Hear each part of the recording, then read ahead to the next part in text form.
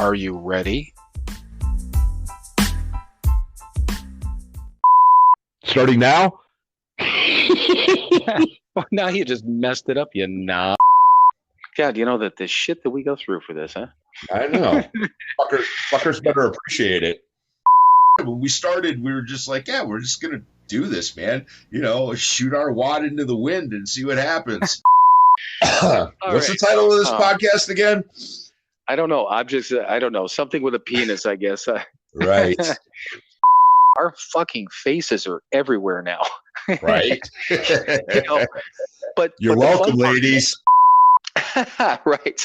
Popular with the ladies. Right. Oh, I'm not even going to apologize because hopefully it sounds fucking hilarious. Yeah, totally. This is fucking explicit now. The explicit button. Let me use my finger. La, la, la, la, la, la.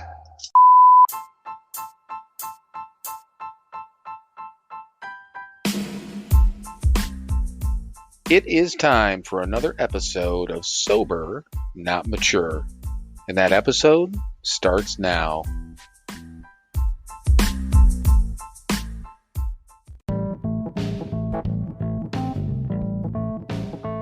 Hey everyone, it's your friends at Sober, Not Mature. Hi there. Yes, it's both of your friends this time. Hi Mike, how are you? I'm well. How are you, Bill? I am doing well, but we do have a purpose. We actually usually talk about our one website, but we actually have two websites now. So two websites in one. All right, so everyone knows we still have the podcast website that is www.SoberNotMature.com. And we just launched the store website, so we also have that. Do you know what the website address is on that one, Mike? Of course I don't. It's pretty easy, Mike. It's www.SoberNotMatureShop.com. But from the podcast website, you can still hit the store link and get into the web store, or you can access it from our Instagram page through the highlights. We've been posting quite a bit about it, and we'll continue to do that. But do you know what's on the second website, Mike? Well, there's a store. There are products that you can purchase for you and your loved ones. Well, Mike, do we still have merchandise? We have merchandise. Well, we got T-shirts and coffee mugs and all kinds of crap. And one of the coolest parts, we also do have all the recovery books from Hazelden, which is kind of a big deal. That is a big deal. At least for us. So all the books that we read, God Grant Me 24 Hours, the Big Book, the 12 and 12, all of those books are available for sale on our website. And again, that store website is www.sober. Trying to help, man. I know you are. You're not helping, though. Okay, now I got to say www.SoberNotMatureShop.com. .com. Visit that today, or visit the podcast website, which is, again, the podcast website. So www.SoberNotMature.com. Did you just say sober but not mature? Yeah, sure. Write that down.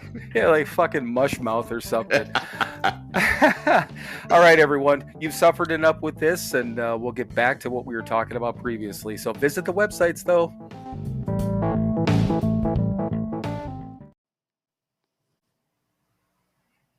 All right, everyone. Welcome once again to another episode of Sober, Not Mature. In this episode, we actually have something hopefully for once we have something fun going on. We have a guest. We've got Carly back with us from episode 83, I think we figured out last time, right, Mike? Okay. So, and we have Mike not feeling well. So greetings from the infirmary. Well, and here's a fun part. I talk a lot anyhow, so that's probably not going to be a problem. We won't have a problem filling space with Carly and I, and then me for the rest of the episode. So we're good. But Carly, thank you obviously for coming back on with us.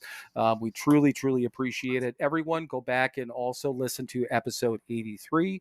That was Carly and Breeze. You'll get to hear both of their stories. Also, how Carly basically attacked Breeze, or tried to attack her on the stage of a bar. It was fun story. So yeah, go back and listen to that one. But so Carly, you're still doing the stuff on Instagram with Trust Your Message, right? Yes, And we are. then you've got a book that we're going to talk about. Yes. You're doing modeling now, if I see that correctly. Correct. And then did I see something about acting in there too? Was that another? A little bit of I wear many hats. Okay, and the last thing there for Breeze is doing a podcast. She's got that coming up. So I had already mentioned to her on Instagram whenever she gets that up and running to you guys let us know. We'll be more than happy to maybe even have her on or cross promote or do whatever we can because yeah, I just saw that on there. So yeah, you guys got a Oh, couple of that's things going on. awesome. Yeah. But Yeah. so start off wherever you want. I mean, the point Okay. is for you to try to. We wanted to have you back on to talk about all these things you got going on, and let people realize what you're up to over the last few months. So go ahead. Yeah, well, first of all, I just want to say thank you guys so much for having me on here again. You were the first podcast episode or first podcast I had ever done. So it was a really great experience, and you guys have always been very supportive and kind and on my journey and all the, activities and hobbies and everything I get involved with. And you're just super, just supportive people, and I really appreciate you both, and I'm very grateful to be on here again. So I just wanted to start off by saying that. Well, Thank you're you. welcome. Yeah, thank you, Yeah, and yeah, you're welcome, and thank you, and everyone, listen to that. Somebody said something nice about us, so we appreciate that. But no, yes. seriously, thank you. Yes, no, of course, and thank you. And yeah, so a couple of things that I've dove into that we'll talk about today, but the main focus is going to be the book, which is now live as an audiobook. And so basically the book that I wrote is a poetry book about recovery called Human Behind the Mask. And that is something that I wrote during my recovery once I got sober, and that talked about the topics of mental health, addiction, and body dysmorphia. And Breeze, my girlfriend, being in the music industry and production and all of that, creative stuff, we decided to put two and two together, and we actually just launched an audiobook that went live this week. Nice. um yeah, and basically what that is it's I narrated it, so it's my voice and I'm saying all of the poems. And then she, being, like I said, being in that music industry, she actually produced the music that goes behind all of the poetry and the theme of it. So it's really, really cool. All the music matches really well, and each of the series has their own little genre of music.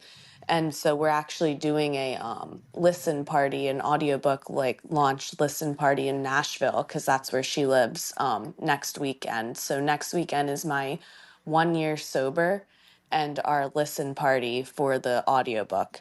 Awesome. Nice. Yeah, and that's something too. Just let people know. I mean, where's it going to be? If I don't know if we have anyone that listens in Nashville. I don't know where people are, but hey, let people know. Yeah, it's next Saturday, February 17th at home. It's a studio for producers in Nashville. And so it's going to be, we have a really cool sound system. We're going to have some non-alcoholic beverages, and I think some people from the poetry and music community are going to come out. So it's going to be just really fun, and we're going to, play it really loud and be able to hear. Yeah, I mean, Breeze, be able to hear the music that's involved in it. And so yeah, we're super excited about that. And just it's our first project that we worked on together, because we both have a lot going on independently that we do, and we're both very creative people, and we're in the different industries, but both creatives. So it was really cool to come together on a project, and also the fact it's about recovery and we're both sober. So it was we're hoping it's really impactful and people really enjoy it. And yeah, it sounds absolutely amazing. Actually asked her before the podcast if she would send over some clips to you guys. So she's going to email those over to you so you can kind of listen to some samples. Oh, wonderful. Yeah, so that's the gist of the audiobook in my 1 year, because we wanted to launch it around my 1 year, and it actually came out a little earlier, which was great. So we're really excited about that. And then independently, we're both just doing, yeah, we both stay really busy. I don't know if I've told you guys what I do. My full-time career is actually a residential home designer. Right. So I do that, that's my full-time career that I'm always very active with and very, very busy with. And then I juggle a bunch of things on the side. And that really helps with sobriety, and staying sober is just staying busy for me. It's, distracting. And every time I get a craving, it's like, well, I have so many little hobbies and things I'm involved with that I can just I can just bounce around from one thing to the other. Um, so yeah, this week was my first acting gig, which was really fun. Um, So where did you get I guess step back. What, where, and how? oh, so just by being in the modeling world, I actually have been doing that for 2.5 years, and so I was trained in runway walking, and I was trained in, posing and commercial and print, like modeling and all of that. So I'm trained at modeling. I just hadn't really pursued it because I had it, I wasn't on this journey. And now that I'm on this journey of my sobriety journey, I'm really just honing in on all of the activities across the board that I'm interested in, that I didn't really, before I enjoyed it, but I didn't really like make the time for it. I was always busy with work, and then it was, you know, doing other things that I'm no longer doing. So Right. so now I'm able to really focus on it, and you know, I thoroughly enjoy it, and it's fun because it's a different creative path. But it's still creativity, so I can design the homes, and that's how I can keep my mind busy with work, and then I can also keep my mind busy with different gigs like modeling or acting. And I love to paint, I draw, all kinds of write poetry, all kinds of just creative fun stuff. To I really, really recommend to anybody in recovery to just what's the word, when you like tapping into your creative side, like Right. letting things out artistically in some sort of creative form, whether it's starting a podcast or, I don't know, there's so many things you can do, but just keeping yourself busy and occupied. And it's almost like you have to like have something to look forward to. And that's kind of what the modeling is for me, because each time I do it, it's something different. It's, you're working with different people, you're doing a different look, you're doing different poses, it's changing it up. And kind of with the design, same thing with the houses. Each house, it's different, it has its own personality. Writing poetry, each poem different, focuses on a different theme. So it's just been really, really nice to just kind of have those creative outlets. And they've helped get me to this point of almost at 1 year sober. Well, and that's the one thing that and Mike's favorite line, right, Mike, is what will we do when we get sober, right? Exactly. God, life's I going to be know, so right? boring if we're not getting loaded anymore. That's how I felt. I was like, what am I going to do? Sit around and twiddle my damn thumbs?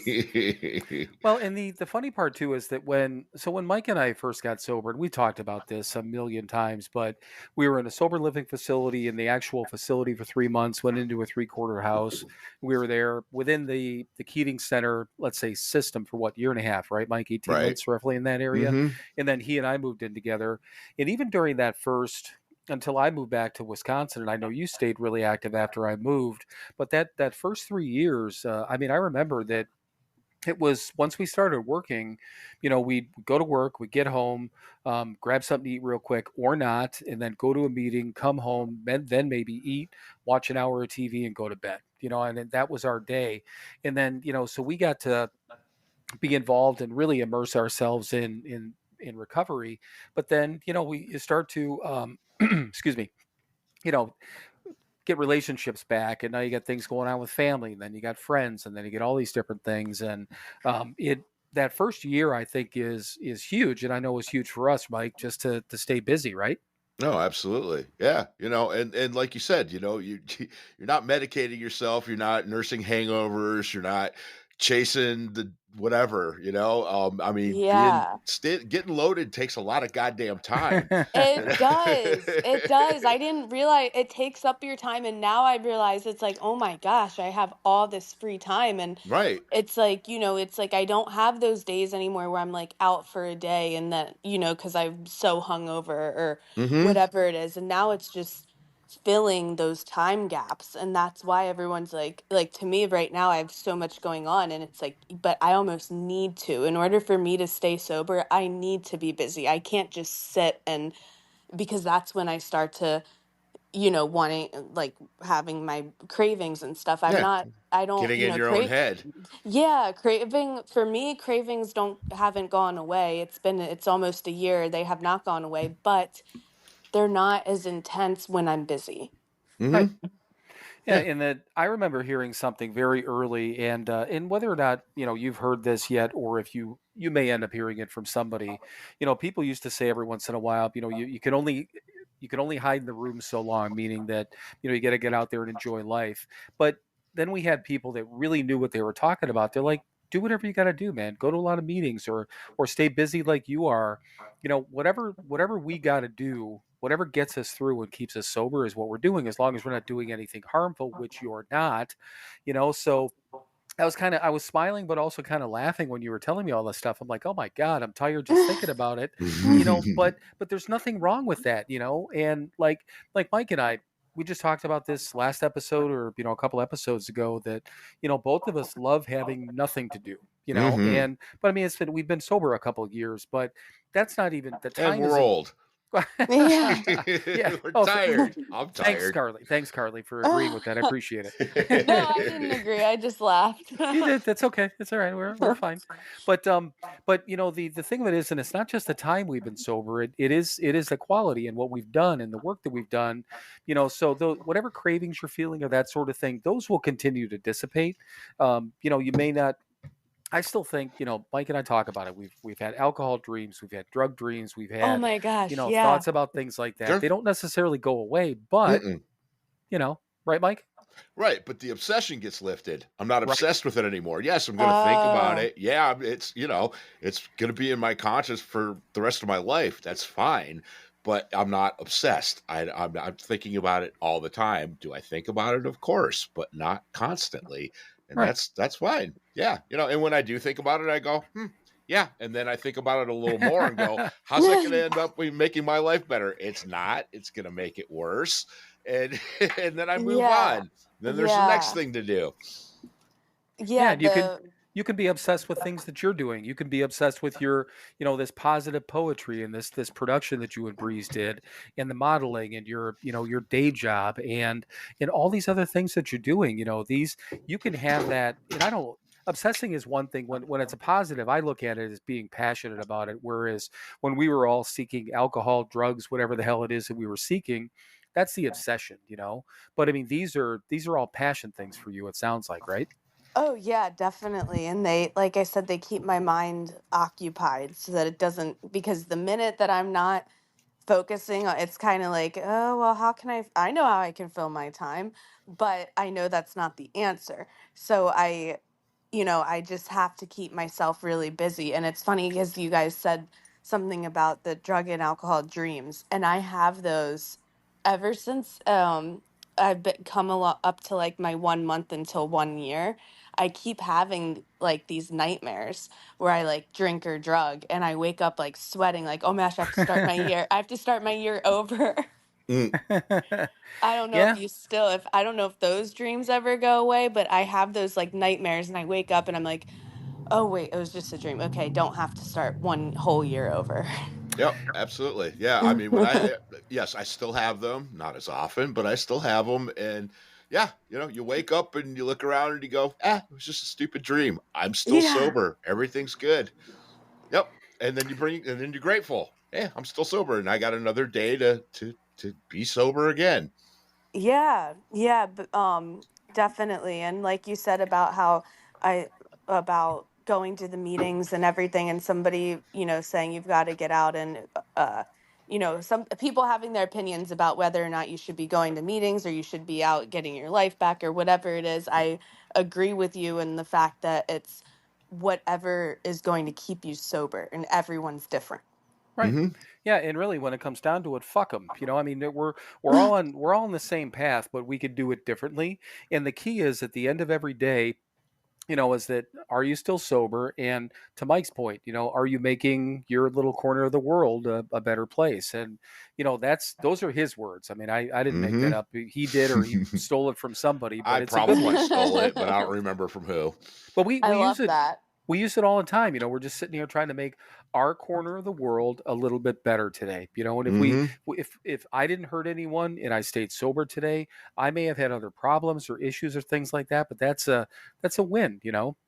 And there's a Yeah. there's a lot of opinionated people, and I know that you've gone to probably still do like AA meetings and things like that. You find some judgmental people in certain meetings. If you don't like the way people are at one meeting, we've said this to other people. There's other meetings. Don't necessarily stop going to meetings.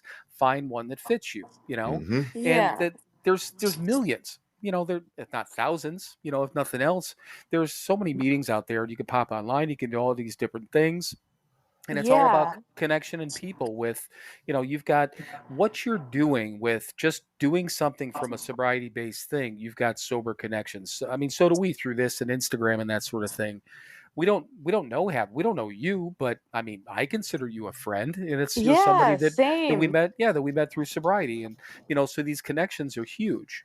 Yeah, they really are. They keep you going, and it's like nice to have the encouragement too from other people and people who get it too, because I once I reactivated my account, I have a bunch of people who follow me and stuff, but a lot of them are, I've known my whole life, and I don't know people's stories unless they post about it, but like I don't know if they struggle with addiction or not, Right. but to my knowledge they don't. So I like having the sober community because I feel the support and I feel the connection a little more than like when I guess with the people who are recovering out loud.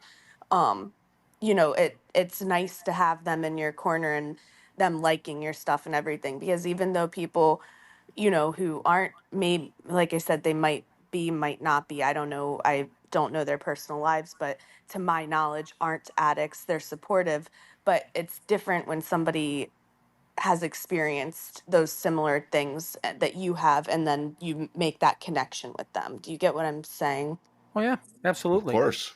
Yeah, I mean, we can go anywhere. And I was in Myrtle Beach a couple of weeks ago, and I went to a meeting, and I walked into this club, and I went to two meetings, one on a Friday and one on a Saturday. Basically same group of people both days, but I could have been in a meeting in Wisconsin or Cleveland or any other places I've been. They're the same people, not really, but we're all speaking the same language. They all understand. I hear the same stories, and that is comforting. I can go Yeah. anywhere in the world, and I have friends. Just Yep. by walking into a room of Alcoholics Anonymous, I've got a room full of people who get it, who get me and understand me, regardless of what I'm feeling or saying. It's that whole, the sober community is cool. Instagram and all that stuff is great, but really when you start to meet people in person at some of these meetings like that, I mean, it's almost unexplainable.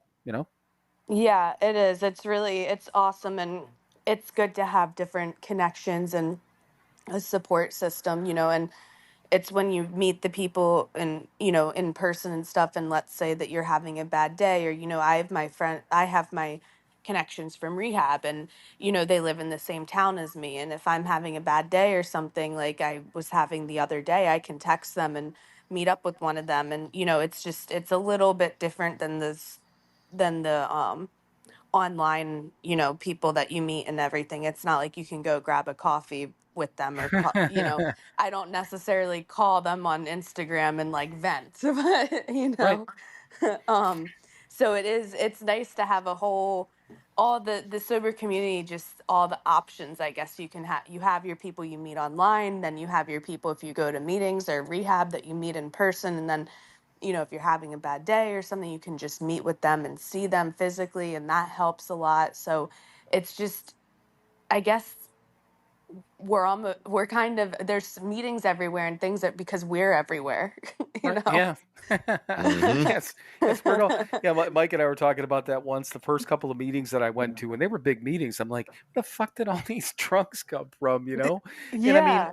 I know there's, plenty of people out there, but when you see, 100 people or 200 people or 300 people, or God, Founders Day, 8 or 10,000 people that are standing in a stadium, it's mind blowing, but in a very positive way, So, just real quick with your book, so I can't remember what Instagram page I listed into like the promos this week, but is your book linked through one of your Instagram pages, or which page is it linked to?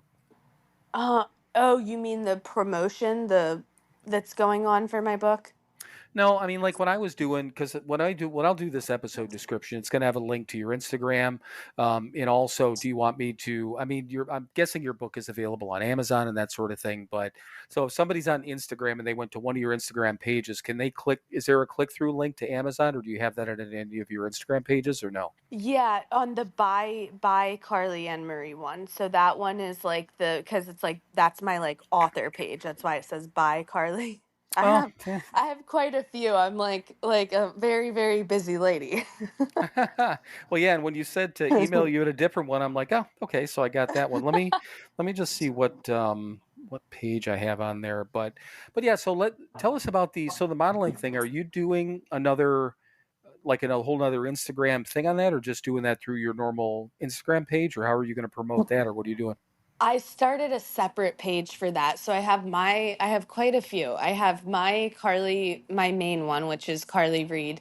Then I have the by Carly, which is the that's like my author page. That's why it's like by Carly Reed. You know what I mean? Like when you write Right. a book or something. So that's my author where page, kind of my artsy page where I post things that are by me, like a poem or writing or art, things like that. And then the modeling page, which is going to be where I do my photo shoots and stuff like that. I'm I don't my I guess my mind's a little everywhere right now with everything, and I'm trying to understand how to promote things and also what's going to work and stuff. Like, do I want to do I want to write another book? If so, okay, or that's great. I have this, I have the Instagram that's directed towards that. So if I want to, become, I guess I'm leaving my options open. And then I have my modeling page because it's like, okay, I don't want to be, I have on my main account, I have people's like, my friends from elementary school and their grandmothers following me. So it's like, I kind of want to try and separate that a little. So Sure. I'm just seeing like what works. Like if I'm trying to like have my different accounts, but they're target niches. So the trust your message, that one's obviously that targets the recovery addiction community, sobriety community. So and that's like my favorite one because Breeze and I share that, and it's doing great, and it just feels good to post those other people's stories and see all the support and encouragement that it gets. So Right. that one, trust your message, and then the artistic one, the main one, and the modeling one. Well, and what I'll do, because when I did just the promotions for our upcoming guest, I had your Carly Ann Marie read, but I'll change when I do this description. So everyone, take a look at the description because it'll be on here by the time you're listening. I'll direct them towards the by Carly Reed page, so that's where your book is. Okay. Yeah, and that's also where we're doing a campaign launch for the audiobook and the paperback, and that one is going to be having information and posts and stuff that have to do with specifically with the book, which I don't post specifically about the book um on my other accounts. Okay.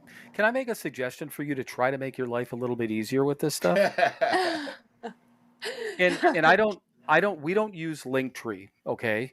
I Okay. I looked into it when we first started the podcast. A couple of months in, Mike was up in Milwaukee, hanging out. We were hanging out for a few days, and that's when we set up the webpage, our podcast webpage, long before our merchandise and things like that. So we decided to go all webpage where it's access to everything, so people can get to our store, our podcast, anywhere it's played, all that stuff. So we went that way. Okay, but it's basically Yeah. the same thing. It's all sober, not mature shit. But for Yeah. you've got all these different things, right? And Mhm. I looked into Linktree, and I'm just thinking about it from Instagram. In my opinion, is great on one end, but it's not so great on the others. And I heard this to begin with, and other people have said it too. Instagram's goal is to keep people within Instagram. So Yeah. that's why you can't post website links and things like that, external links.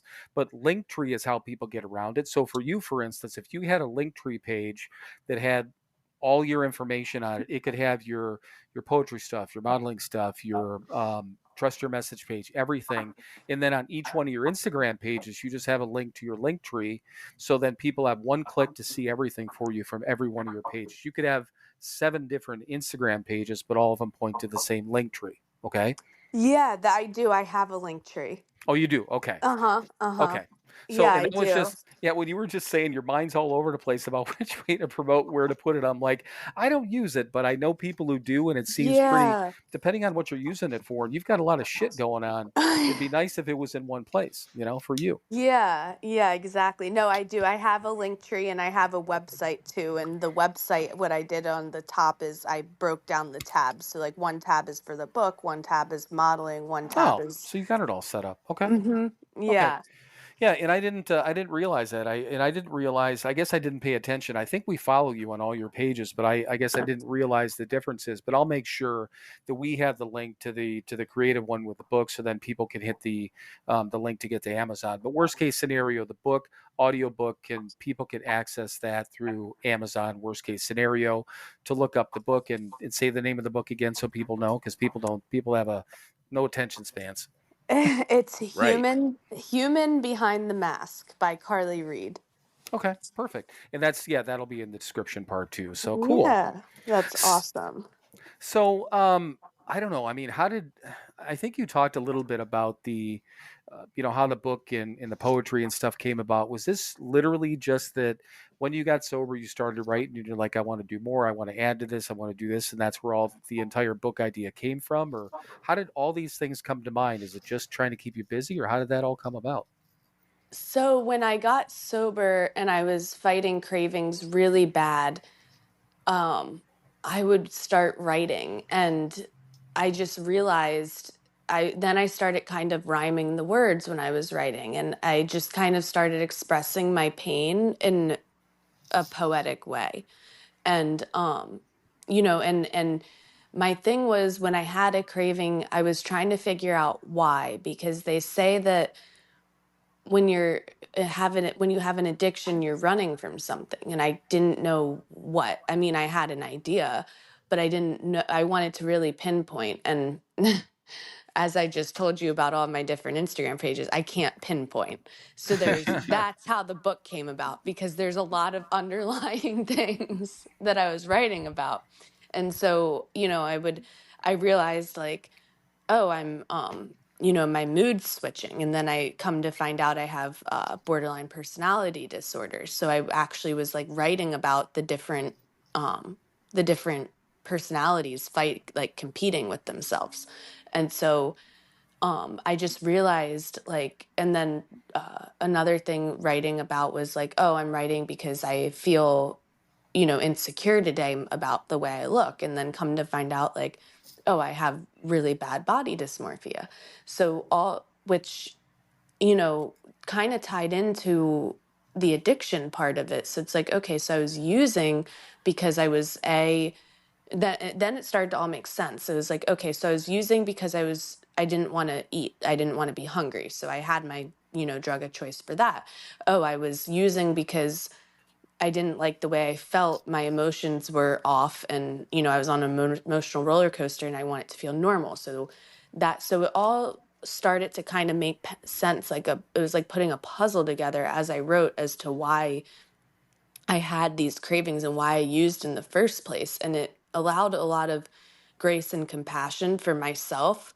And as I wrote about it, I just made it my goal, like, okay, my poems are going to be pretty, like, hard hitters, because they're going to be very, like, vulnerable and raw and authentic and what's the word I'm looking for? True, Confronting. truthful. Yeah, truthful and confronting. but they all are going to have a light at the end of the tunnel, because that's what I was searching for. And then what I realized is, as I would share I started to tie in my poetry with, okay, now I'm going to paint a piece that goes with this poem. Okay, I'm going to do a photo shoot. So then I tied in my modeling, like to go along with the theme of this poem. And then it just kind of all wove together. And basically then what happened is, as I started to share my poetry, I got a lot of positive feedback and a lot of, people connect. It was giving me that connection that I was, I was isolated for so long, and then my poetry was a way of connecting with people, even people who weren't addicts, who could relate because, oh, they also had, a mental health disorder, or they also had body dysmorphia or an eating disorder or some sort of. So I was able to kind of touch the hearts of different people, not just addicts. And then that's when I kind of realized, like, I'm going to take these different series, and I'm going to put a book together. And because I feel like you don't have to be in recovery and you don't have to be an addict to connect with my poetry or my book. And Right. I strongly, I know that anyone who reads it is going to feel seen and heard and somehow be able to connect with it. So that was my goal for that, and that's how that happened. But it didn't happen on purpose. Like, I never thought I would publish a book ever. I never thought I would get into poetry. If you would have asked me, like, you know, before I entered recovery, I would have been like, poetry's like weird. So the fact that I ended up getting into it and ended up turning my pain, it was a way to turn pain into something beautiful. And I realized how poetic pain could be. And it was a really fascinating thing. It really helped me embrace all my flaws. Right.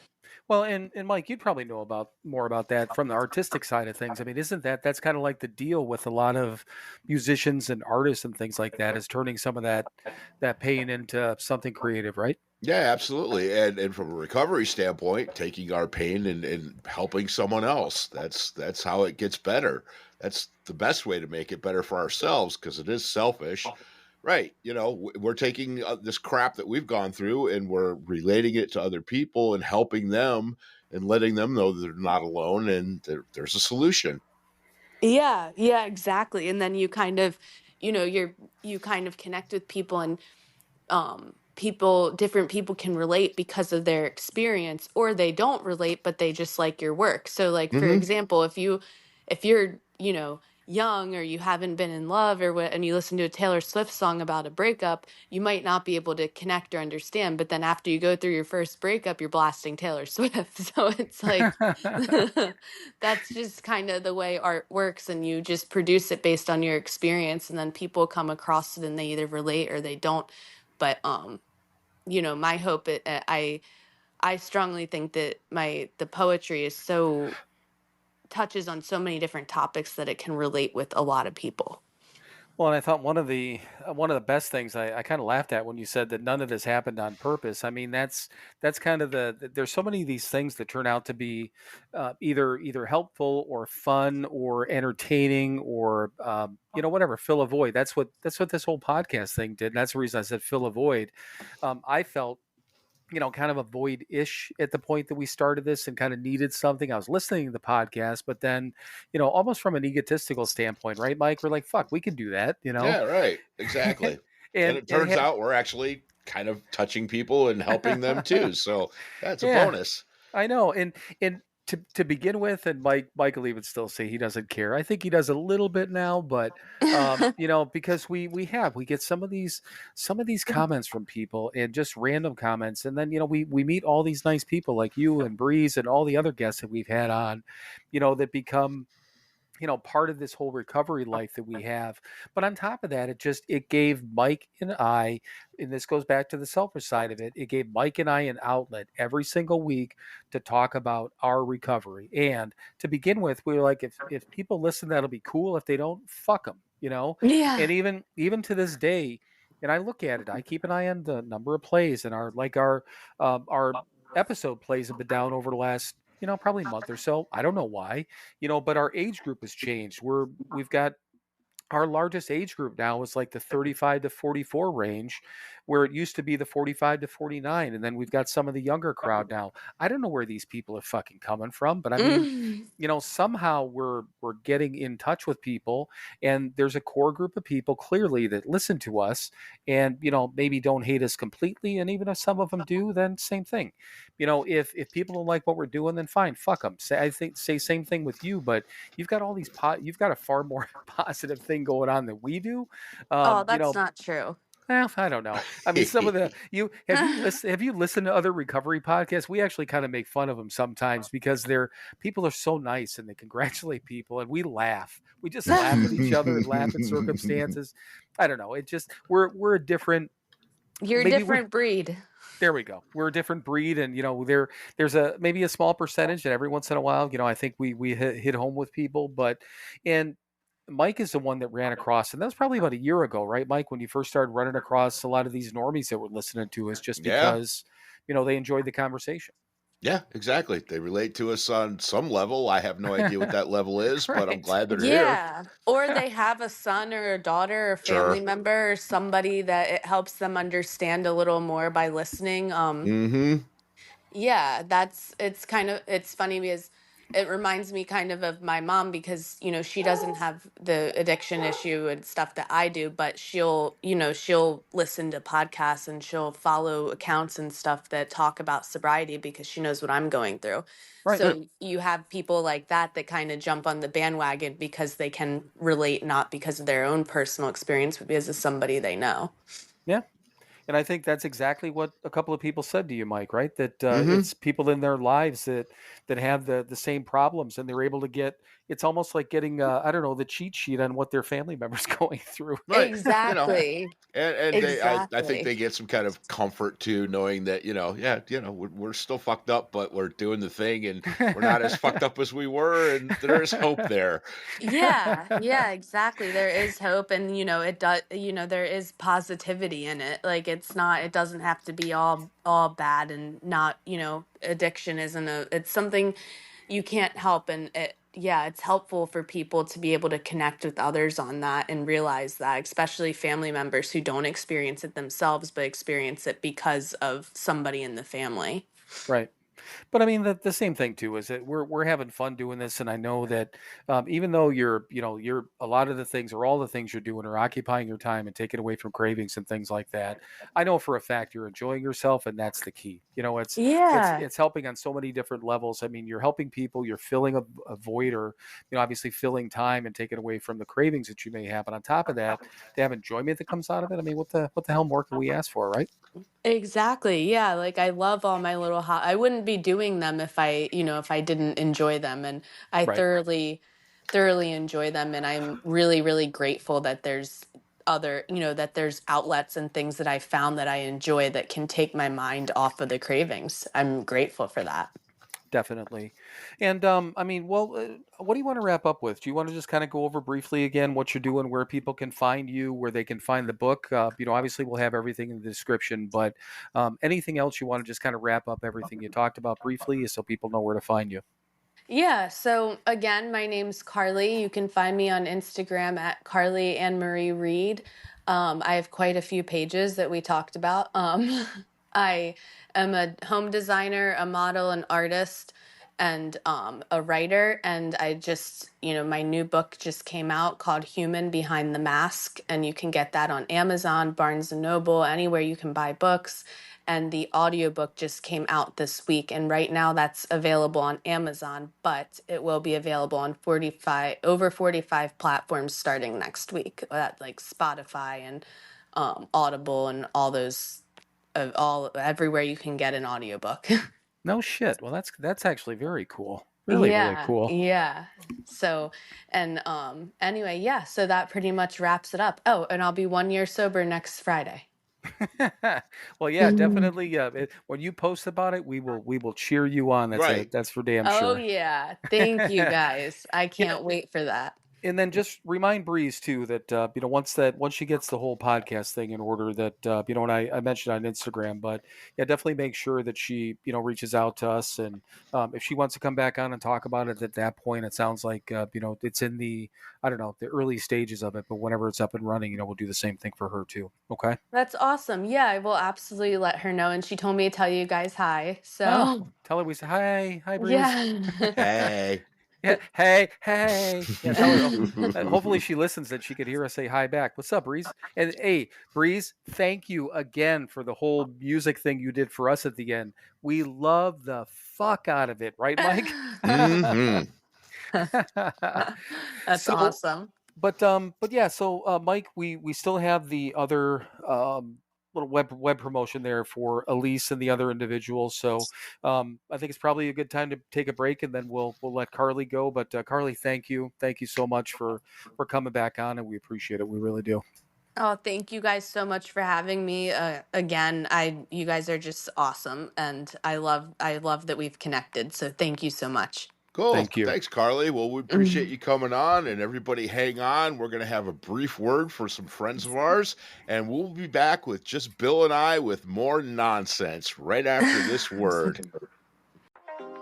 Hey, I'm Alexandra Nyman from the Break Free Foundation. And I'm Elise Bryson from the Sober Curator. Join us on February 12th at the Prince George Ballroom for Break Free at New York Fashion Week, an immersive experience that blends art, design, and fashion with advocacy.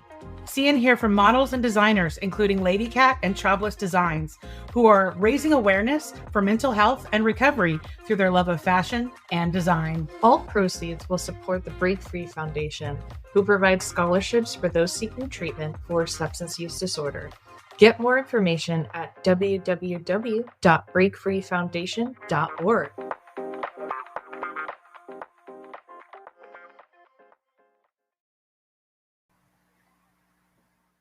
All right, everyone, welcome back. And yeah, look at that. It's just us again. Magical. Hi there.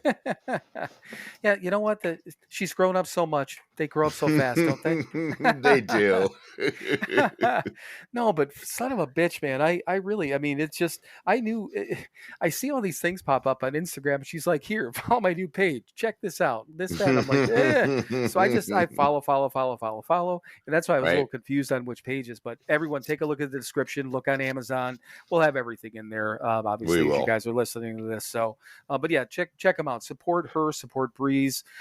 Two young individuals, young by age, young in sobriety, but out there kicking some ass and doing some good things. So doing the thing, man.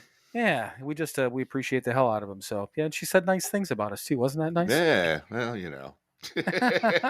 Well, you know, every once in a while, it's nice to have people say nice things about us. It is, sure. Right. So, do you have your book? Do you feel like doing your reading? No. I mean, I don't have it. I can grab it. It's several feet away from me. Well, and like I said, I know you don't feel good. It's up to you. I got things we can talk about. I just thought if you wanted to do the reading, then we could do that, and it might give us something to talk about. I didn't have one picked out, but like I said, I can give me 2 seconds. I can grab it and flip it open and read something. Hang on a minute. Yeah, let's do that. You know, this is how we do things, just doing things on the fly. But seriously though, make sure that you guys are checking out Instagram, and if you don't follow the pages for Carly, for Trust Your Message, all those things are on her Instagram page also. And so I'm back. What? Definitely want to make sure that. I'm just yapping. I'm telling people to make sure they follow all their pages, Carly's pages. So yeah, do that. Yeah, do it. Do it. All right, man. Okay, Mike, over to you. Yeah. I'm trying to think. Wasn't there something? I don't know. Like I said, I'm flipping this thing open. That's fine. Yeah, we just everyone. This will make it more fun. Just having some random shit. All right. Well, let's try this. This is a couple days ago. February 8th. I accept the universe. Margaret Fuller. Didn't have a chance to look her up. Recovery asks that we surrender our will, that we accept life on life's terms. During our active addiction, we fought the universe or tried to bend the universe to fit our wishes. We fought not to surrender, but to keep using alcohol or drugs as long as we could. Surrender tells us to let go, to stop fighting, and to let our higher power and others in. Recovery teaches humility. Humility is about acceptance and working to find our right place in the universe. We accept help when it is needed or offered. Humility is also about accepting the fact that we are unique but not special. We accept hope instead of hopelessness. As we find our place in the group we attend, we start to accept the universe on its own terms and to find our own place within it. Prayer for the day. I accept the fact that I have an illness and I accept that I will need help. I will work with the universe instead of fighting against it. To do this, higher power, I need your strength. Today's action. Today, I will sit down and write about 5 ways I have fought the universe instead of accepting it. I will share this list with my sponsor or a recovery friend. You know what's surprising though is out of all the readings that you do, well, this was only 2 days ago, but yeah, I remember that one like 100%. So I All thought it was right. gonna. I might have actually made a note about that one. The thing that kind of cracked me up is that, I mean, universe. That was one of the first things I wrote down because we talk about that. That not necessarily it's a the God thing or whatever. I think when one of the earlier episodes, I think we had talked about that the universe kept placing you and I together. So Right. whether we wanted to be or not, but so at the time we didn't realize, hey, look at this. All these years later, we didn't realize maybe it'd actually be a good thing to what the universe did, right? Right. Exactly. Yeah. I mean, there are forces, whatever, yeah, shit, happens, I guess, for a reason, right. And I accept that fact today. Right. Yeah, Yeah. and that's the other thing too that Sure as hell don't fight against it anymore because I'm too fucking tired. Well, and we figured out that it's fucking pointless, to try to fight against the shit because we know what Right. happens. Right. That happened all those years that we were drinking or that drinking and using for for a lot of people. That it doesn't help. It doesn't help to fight against any of this shit. Sometimes obviously we've made it very clear we still have to do the work. I can't just sit here in a chair and be like, okay, Right. make good things happen to me. I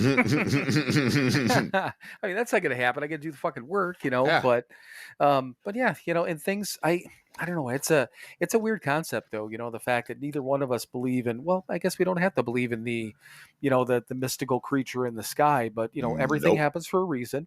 Well, People are placed in our lives. I mean, I believe that people come into our lives at the right time for the right reasons. yeah. Even if it's a bad thing, they came in, Absolutely. for the right reason because we learned something from the motherfucker. If we're paying attention. Yep. right. Which is part of doing the work, paying attention. But I wrote down a couple of things. So I wrote down surrender our will, life on life's terms. Heard that once or twice before. The fact that we fought to keep using, acceptance. I'm going to circle that one, and then unique but not special. I like that one. So because we always talk about that. I mean, obviously most people in recovery before we get sober, we feel that what's the term? Terminally unique. Oh yeah, right. I am different than everyone else. I am special. I am entitled, and right, exactly. No, not none of that. None of that. I'm a garden variety drunk. So how does the term unique but special apply though? Because if we're not unique, are they looking at it in two different ways? I mean, we're different from our fellows? Would that be the unique? I mean, we're individuals, which we Right. are, but I mean, we're not special, and we're not. I don't know how unique we are. I could argue that one. Right. You and I could argue anything, right? Yeah, yeah, that I can do as well, but I don't anymore. Again,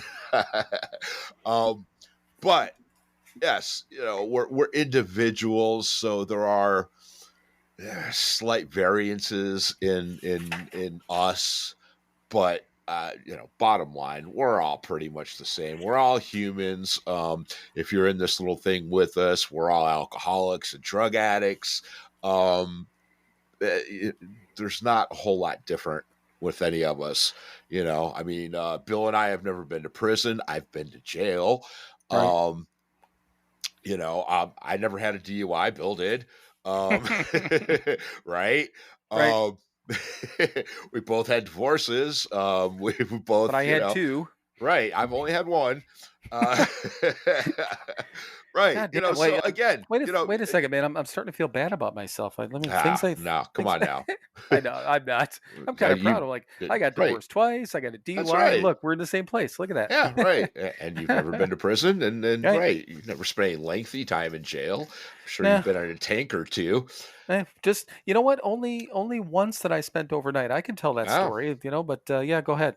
No, So- I'm just bringing to the point. Yes, there are variances, but real differences, no.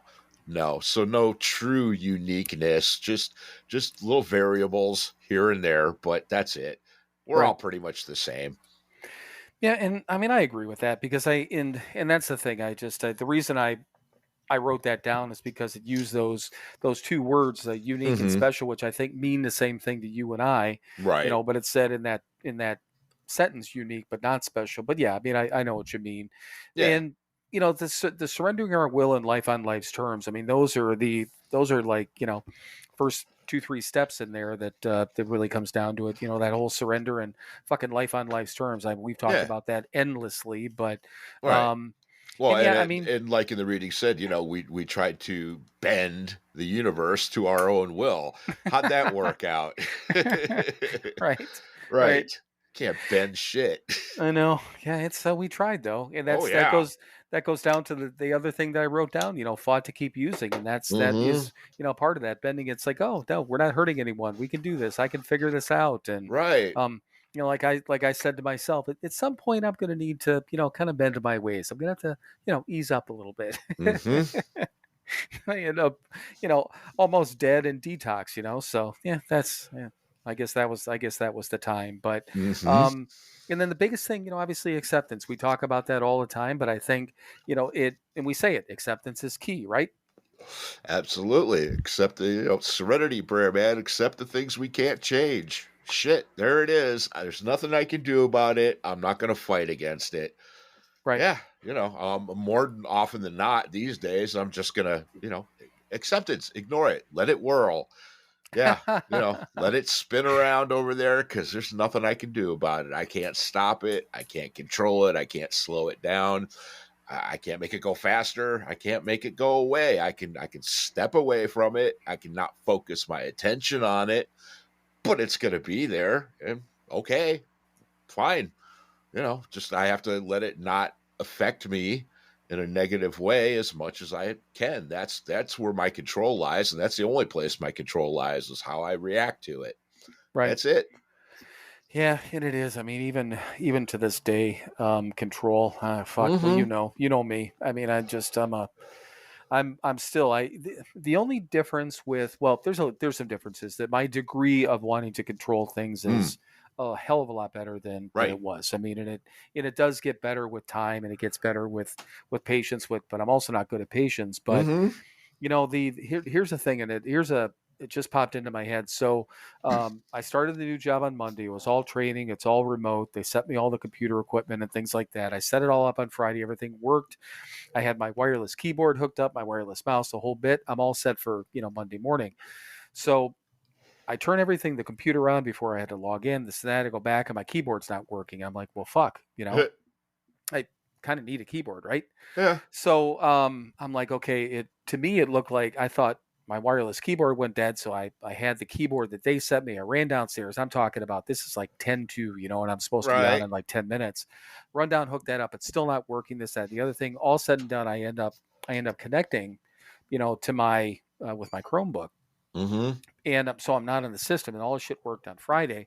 And the trainer's very cool about it. Like, hey, when let's just start on this. You could see, you would be in the Zoom meeting. I could be part of the training. Get a hold of IT. They look at whatever, they fix it. Then it happens again that same day. Mm-hmm. Back in, they find there's some corrupt files in this thing, and then they fix it. and everything's good.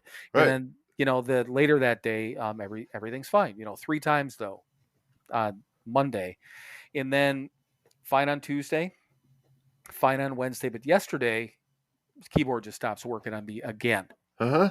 And I'm like, fuck, man. So all said and done, it worked today. I don't know why. They're supposed to be sending me another adapter, but I'm having, clear computer issues. And I'm actually physically feeling anxious about this whole thing, to the Right. point of it wasn't even, it was a little bit anger, but not really. But it was just this, again, this nervous anxiousness. And I Yeah. thought about it last Frustration. night. Yeah, but when I went to bed last night, because I thought about it, it's what you and I talk about. I'm like, I'm not really mad, so I'm do my prayers, I do my 10 step that I do every Yeah. night, and I'm like, okay, so back to basics here. We talk about all this shit being fear based, and I went back. I'm like, is any of the way I'm feeling? I'm a little angry. I'm a little anxious. Is this fear based? And I thought about it. I'm like, absolutely, it was because the fact that I don't the tools that I need to learn to do the job, to earn the money, to Right. for my livelihood, Yeah. it are not working, and that's causing fear. It's fear for my own livelihood, Sure. and then And throw a little ego in there too, because you're just starting this new thing. You want to show them how fucking fantastic you are, and it's slowing you down. Well, in this, it did that seriously at this point had nothing to do with it, because all we're doing is we're taking in information. Right. Unless I'm really fantastic at taking notes, but seriously, that part of it, and I'd be the first one to say, yeah, and I'm a fucking egomaniac. After listening to calls today, I'm like, I could do this fucking shit, Uh-huh. So my ego-ness came out today, but not during that part of it, in my head at least. But it was that fear that this is going to hold me back to not be able to do this thing, or at least that it's going to put me behind, and I don't want to be behind. And Right. then I'm like, and last night I'm like, motherfucker, man, what we talk about is actually true. Yeah. You can take, I'm taking this work computer issue and really narrowed it down to fear. And I amaze myself. I'm like, fuck, that's awesome. I'm going to bed now. I'm going to sleep. And it's not awesome because it's a computer thing, but the fact that I was able to, run through all the shit in my head, actually use the tools that you and I talk about on here, to ease my mind so I could go to sleep. And I'm like, fuck, that's Yeah. great. It's fucking Yeah. awesome. Hey, this shit works. What do you know? Yeah, I even listen to myself every once in a while, and you. That's the thing that was the most shocking, but Right. yeah. So the acceptance part of it, once again, we had talked about everything. The Serenity Prayer, obviously, great and clear example. Accepting the things that we cannot change, and courage, and blah blah blah, and all that stuff. But yeah, I mean, I like that reading, and seriously, I remember that one as clear as day. And granted, it was only a day ago, but yeah, I think everyone's heard how bad my fucking memory is. So, Right. remembering something from yesterday is kind of a gift. Hey, that's kind of neat. It is. Yeah, it's kind of, I like it. So, anything else about the reading? And thank you for doing that. I know you're not feeling well, but I thought, yeah, what the hell? Let's do the reading. So, Sure. Yeah. So we did it. It's done. right. So, a couple of side note things, and the first one is, we got an email because I told you about that. Obviously, Elise wants to do the night of recovery thing in Seattle. We're obviously trying to get one done in Cleveland. Just so you know, they sent us kind of a, I don't know, a rough cost estimate type of thing. But one of the things that's involved is having a venue to do it. Right. And I'm just kind of mentioning it now, or I'll forget to let you know. But I think you said you might know of somebody that has a venue, so. When you get a minute, maybe reach out to the person, find out, kind of let them know what we're trying to do, what kind of costs would be involved, and stuff like that. Because then we can start figuring out some other stuff and figure out if the Keating Center can be involved, or there's a whole layer of shit that has to be done. But the venue is the big thing. So yeah, okay, yeah, we'll figure it out. Yeah, but this, the night of recovery, and again, the individuals we had on from Chris and Shannon a few episodes ago, or 4 or 5 episodes ago now, they're starting to do these things in different areas of the country, and if hopefully we're going to be able to bring one to Cleveland, and they're trying to do them in Florida, they're trying to do it out in Seattle, just a good group of people doing some really good things that I think I'll say we're going to be fortunate enough, hopefully, to be involved with, or with and in, and just they're doing some good work. And same thing we were talking about with Carly and Breeze, people out there doing the thing. and it's cool to be a part of something like that. So we will. Hey, stay tuned, everybody. Stay tuned. More will be revealed. More will be revealed. And may I bitch a little bit about Spotify for podcasters for a minute? Please.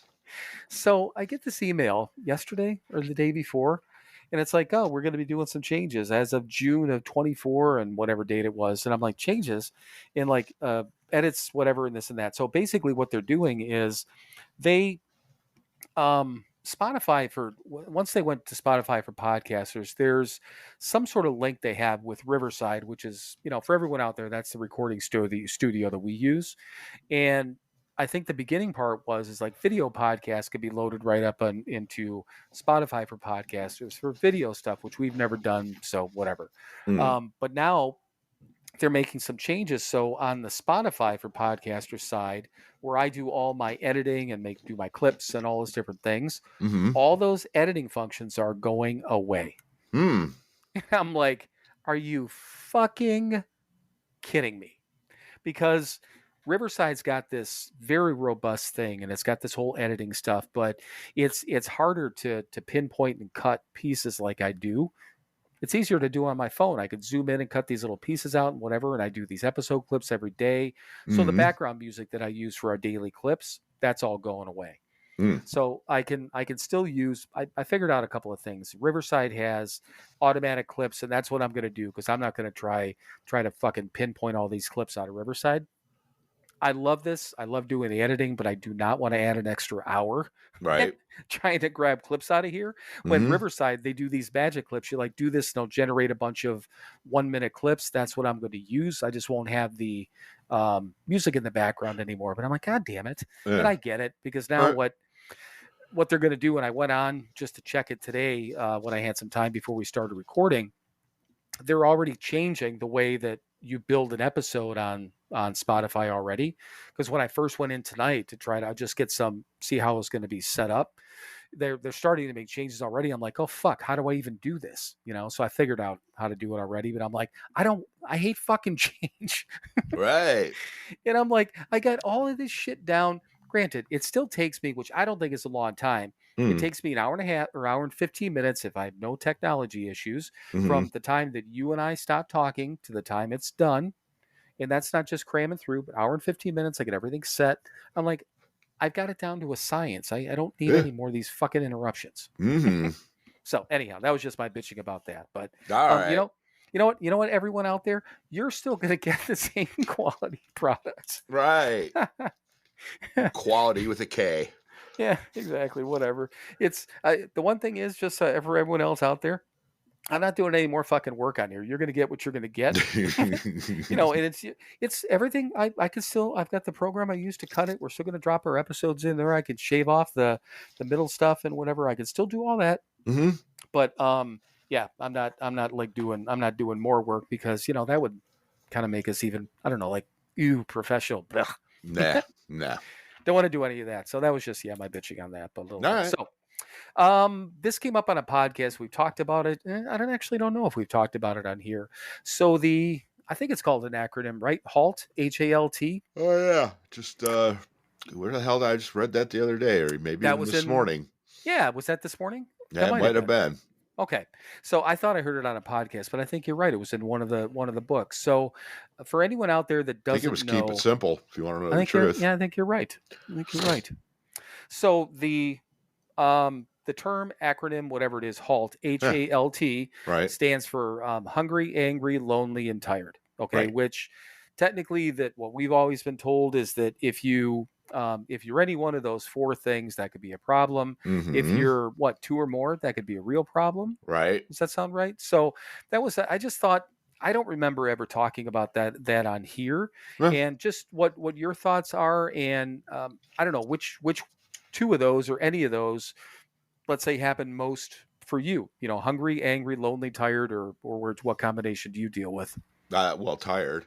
Yeah, I guess we established that before, right? Right. Yeah, that's definitely the one. That's the biggest one for me. Hungry, whatever. I eat just fine. I'm fine with that. Yeah, I've actually dropped a few pounds, and so you can't lose weight if you're not hungry occasionally. Um, Right. Angry, sure. Things piss me off, but again, been doing this a while. I'm pretty good at that one now. I recognize it and realize it's not real healthy for me to be angry for too long. Too angry for too long. Little angry's okay. Um, yeah, tired. And lonely doesn't really affect me. Never has. No, that's not true. I was lonely when I was miserable, drunk. Um, but yeah, I like my alone time. I like being alone. I work by myself for the most part. Um, I live by myself. Lonely's not an issue for me. Never is. And thankfully now, another person is all I got to do is reach out, because I have that support system now. So yeah, lonely's never there. But angry, yes, I have to deal with sometimes, and tired, yes, I have to be careful. But I get some rest. If I'm hungry, I eat something. If I'm angry, I look at why I'm angry, and we've already established it's probably because I'm scared of something, which I don't want to fucking look at, and I don't want to fucking admit, because I'm a man. God damn it, I'm not afraid of anything. Yeah, right. Afraid of fucking everything. Right. Um, but again, not as much as I used to be. So yes, it is a helpful tool. It's like all the rest of it. We need to be aware of ourselves and our feelings and our emotions and all of that. But we also can't focus on them too much, and we can't let them run our lives. What runs our lives are the principles. And the absolutes, which we've talked about plenty on here too.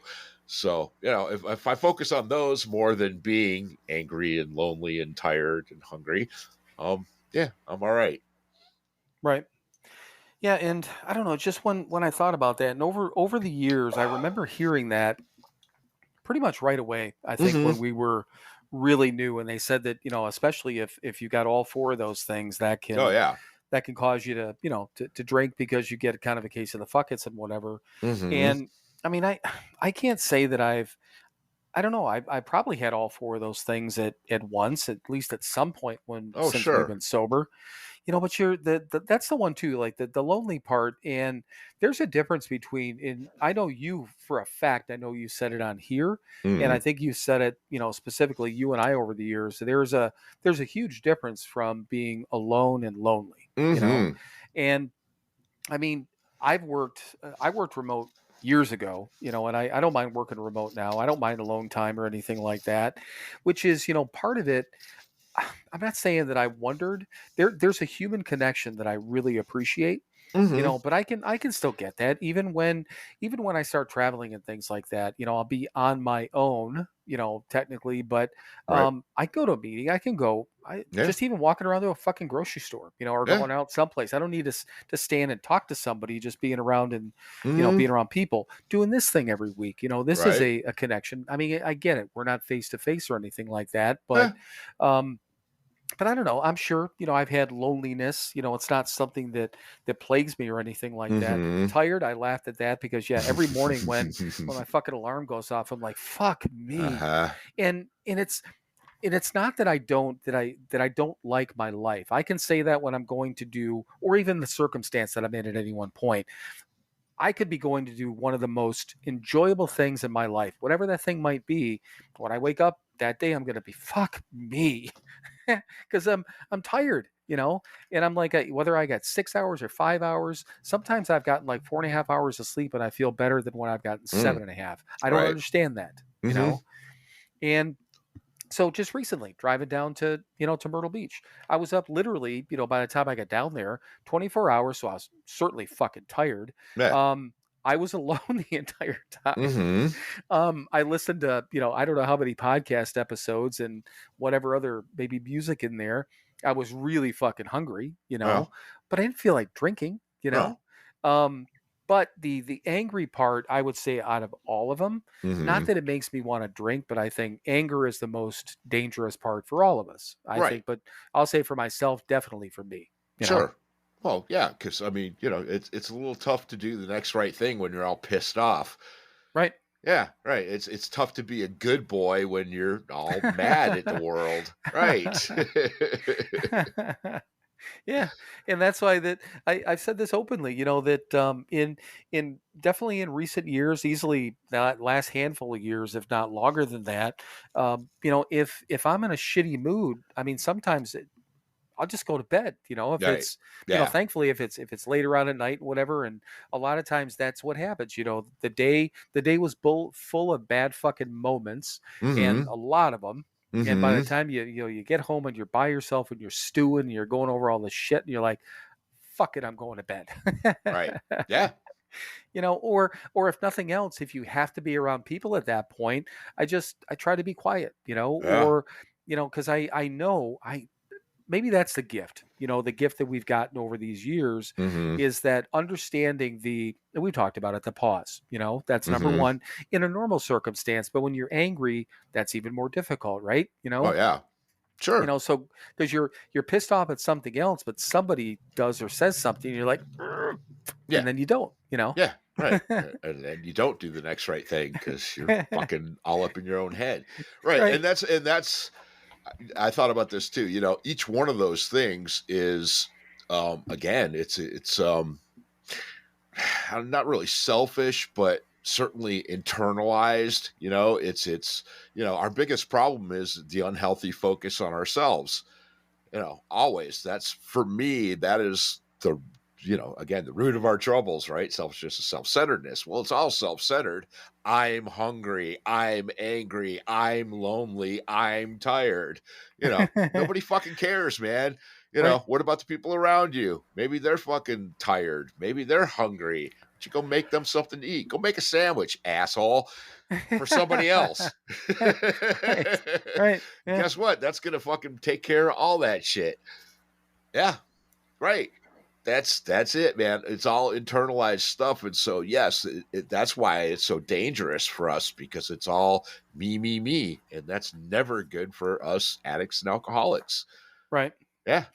Yeah, I guess I didn't really think about it that way, but the hungry part, yeah. When I get hungry, the only thing that if the only time I get angry when I'm hungry is if something's blocking me from eating, which usually it's not a person, it's a Right. circumstance. Sure.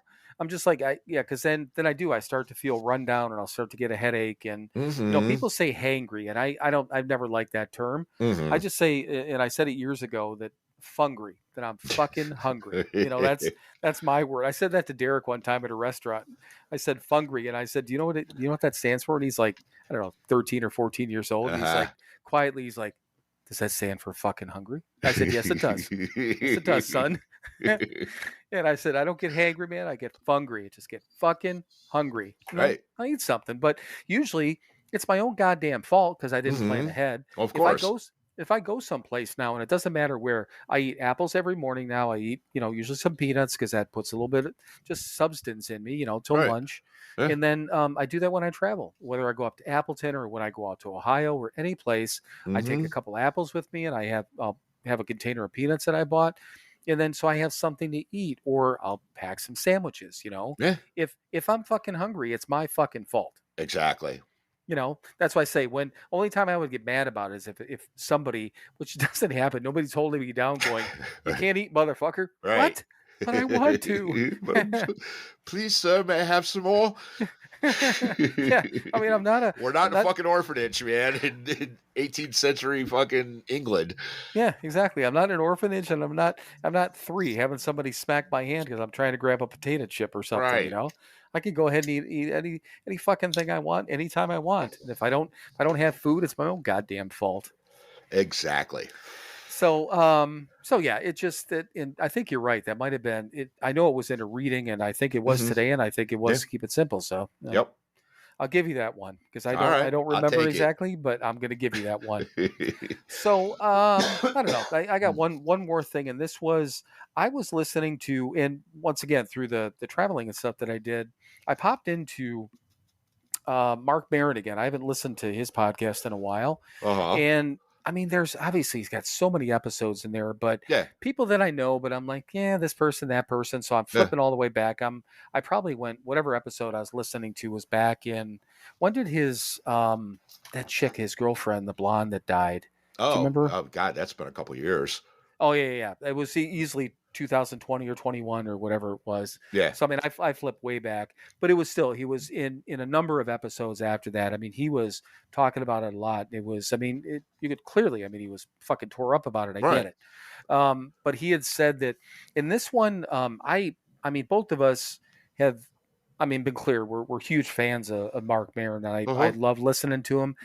And he goes on about his politics. It's a little much. Doesn't matter what side he's on. I don't like when people go in on politics, but I can deal with it because I like him, you know?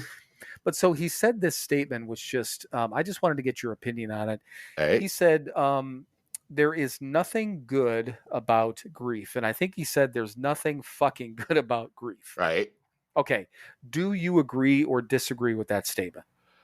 I mean, you know, it's not pleasant, but I mean, if you do it properly and get through it, and you know, like everything else, work it.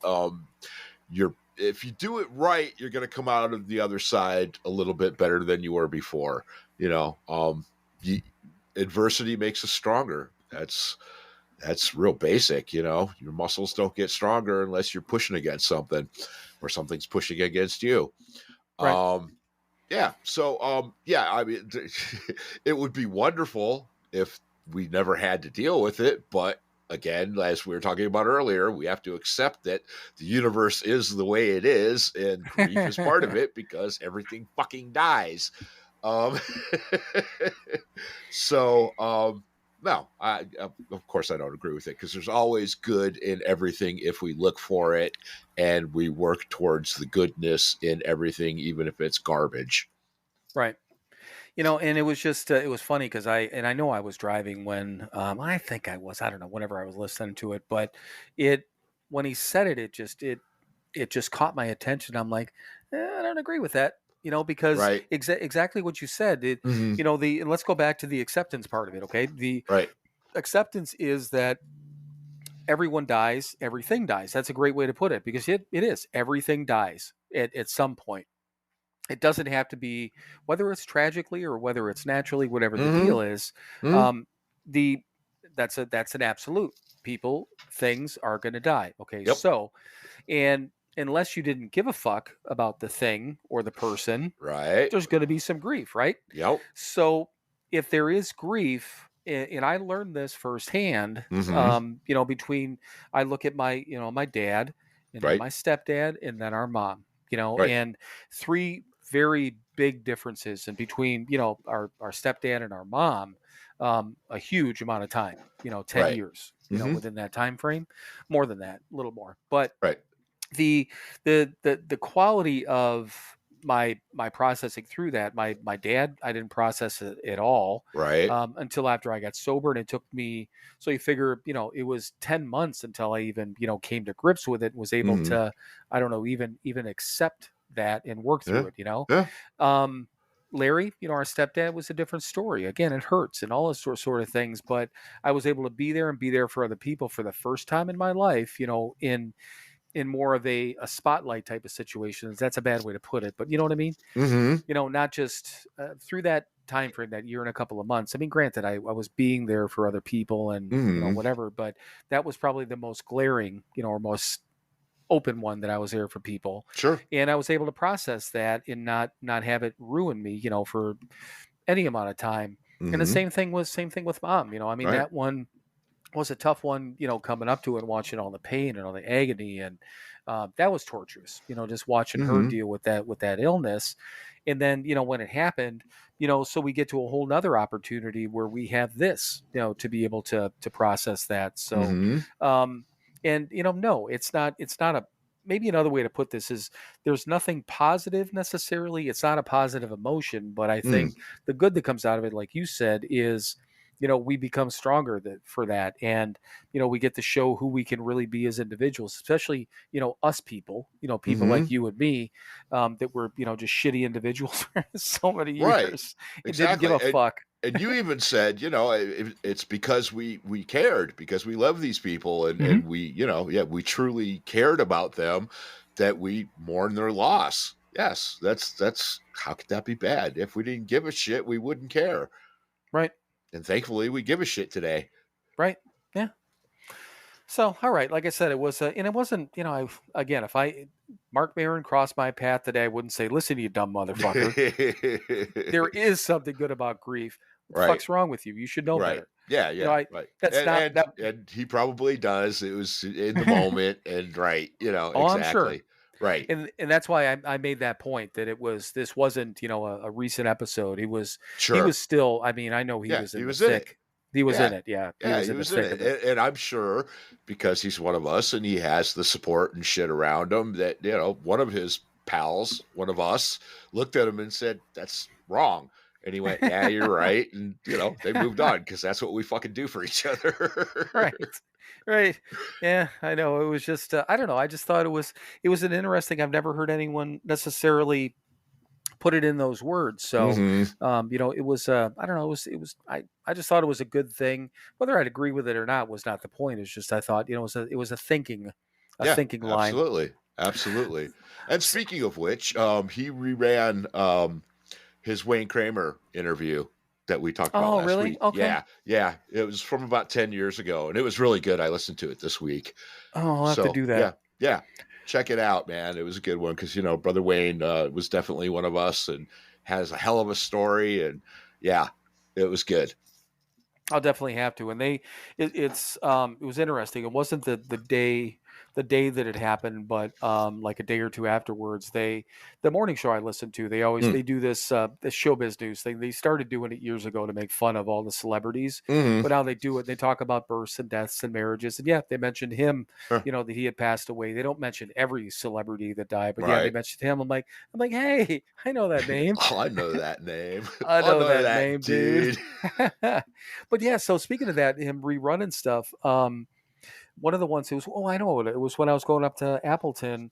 I was all the way back when whenever that was that Bob Saget died. He reran all three of the Bob Saget interviews, and I never listened to those. And I'm like, oh, that was, I mean, Bob Saget, he was what he was, but I thought he was interesting enough. Oh yeah, in the conversations that he had with him, they were fucking awesome. Yeah, right. Yeah, actually, I listened to those when he died too. I was still on the road when that happened, so I was listening to lots of podcasts back then. Yeah, right. But yeah, it was great. So yeah, just I don't know. I bounce around through different things, and I always enjoy Mark Maron. But again, it's just certain things I'm like, I want to hear about that person, but I keep scrolling back to figure out ones that I haven't listened to. But so last thing, and this isn't a topic, but just a kind of a side note question for you. So at one point, you and I were talking about maybe talking more about like steps 6 and 7, because like when we were talking about like drop the rock or do it, whatever. So I just kind of wanted to throw that out to you again. It's not something we have to decide now, but I know that so many people, and maybe even the drop the rock mentioned that, called them the forgotten steps, or maybe you and I were talking about that.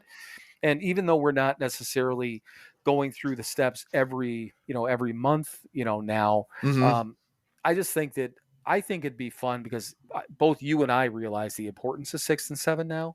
So I don't know, maybe we can figure out a way to, kind of blend this into our conversations, because if people are out there and you don't know what steps 6 and 7 are, if you're not part of the, the whole secret society thing, look them up though. They're interesting. And I think both of us would agree that you'll probably find something that you could use in them. And absolutely.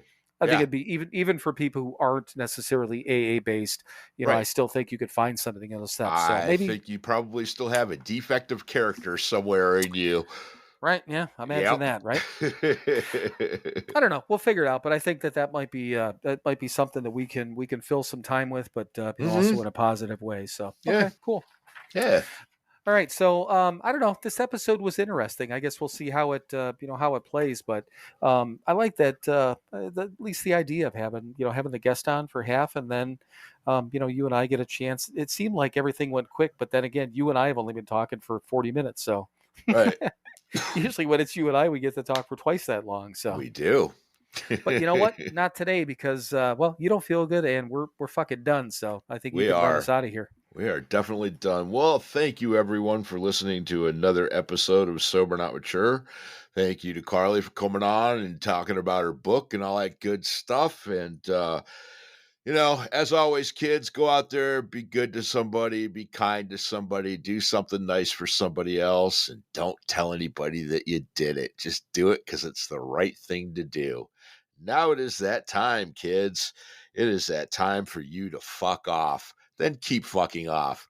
Keep fucking off till you get to a gate with a sign on it saying you cannot fuck off past here. Climb over that gate, dream the impossible dream, and keep fucking off forever. Even though you're down with the sickness, that came out pretty well. That came out pretty damn well. Sure. It's because I feel it in my heart. I was gonna say I knew you couldn't say that without laughing. Lunger. I couldn't listen to it without laughing. So, all right, man. Well, you know what? I think you should feel better. I'm gonna try. I know we'll talk soon, but I love you, We brother. will. And yeah, I we'll love talk you soon. too. All right. Bye. Bye. And now it is time for you to fuck off. Then keep fucking off. Keep fucking off until you get to a gate with a sign on it saying you cannot fuck off past here. Climb over that gate, dream the impossible dream, and keep fucking off forever.